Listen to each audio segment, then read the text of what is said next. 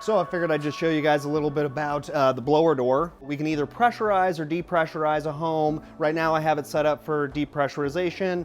It's pretty simple. It's a fan. Right here we have a manometer, and it just kind of tracks pressure and flow through this device. And then with some calculations, we can understand how leaky a home is, how much air is infiltrating this home from outside. Right now we're at a pre-drywall phase. They did hang the ceiling for us so that we could do this test, and also the party wall since this is a duplex. And we just did a test and we came in at 3 ACH, which is 1 ACH below code.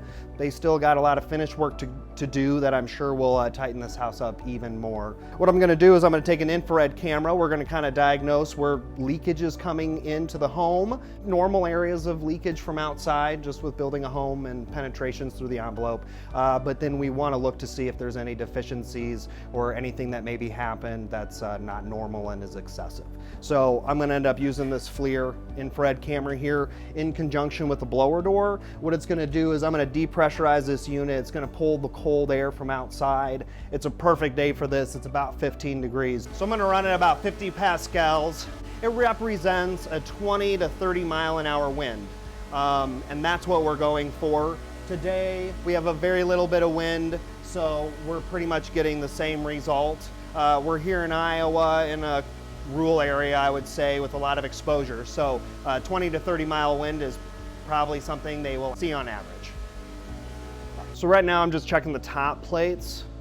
They foamed in this gap in the drywall, which is a prescriptive requirement actually for Energy Star that you do that. There's quite a lot of leakage that comes from your ceiling because it's unconditioned space above.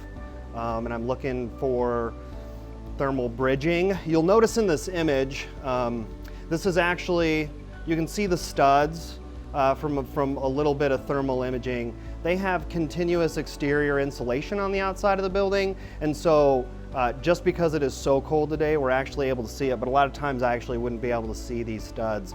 And when you're doing thermography, you actually want to pay attention to the temperature. So the temperature of the stud here is about 74. In the middle of the wall is about the inside, about 76. So we really only have a 2-degree difference there. It's showing that the thermal bridging has been highly minimized in this home because they put a large amount of exterior rigid continuous insulation.